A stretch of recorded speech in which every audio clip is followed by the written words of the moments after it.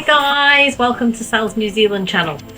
So today we're going to talk about putting yourself first. Now, to put yourself first is about taking control of your life and doing what makes you happy. Putting yourself first is about putting your true needs first, your self-respect and integrity. Now, it's about doing what's best for your health in the long run, and it's not letting others walk over you. So taking care of yourself is a pathway to fulfillment and high performance in work and life. Now, putting yourself first is a gift to others, because when you put your needs first and your needs are met, you feel good about yourself. This makes it easier to elevate the needs of other people in front of your own. Now, putting yourself first means not neglecting your own needs, so be kind to yourself, and then set healthy boundaries.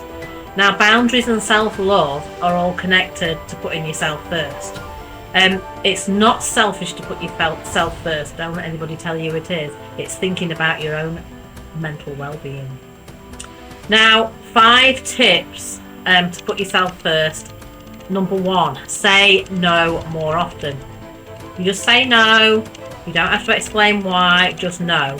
It's as simple as that. A lot of people find it hard to do, but you will find it easy once you do it more often.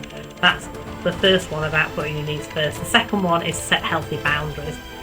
Right, so healthy boundaries, that's another thing we're going to talk about in the future, but you set healthy boundaries around you to protect yourself, and putting yourself first, it all comes into play.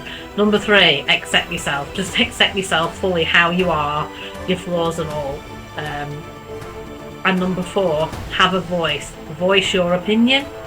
Always try and voice your opinion, otherwise keeping quiet doesn't really help you in your own mental health needs. And number 5, listen to your body. Your body will tell you, I've had enough. It's quite self-explanatory that. I've had enough, I need a break. Okay? So those are 5 tips.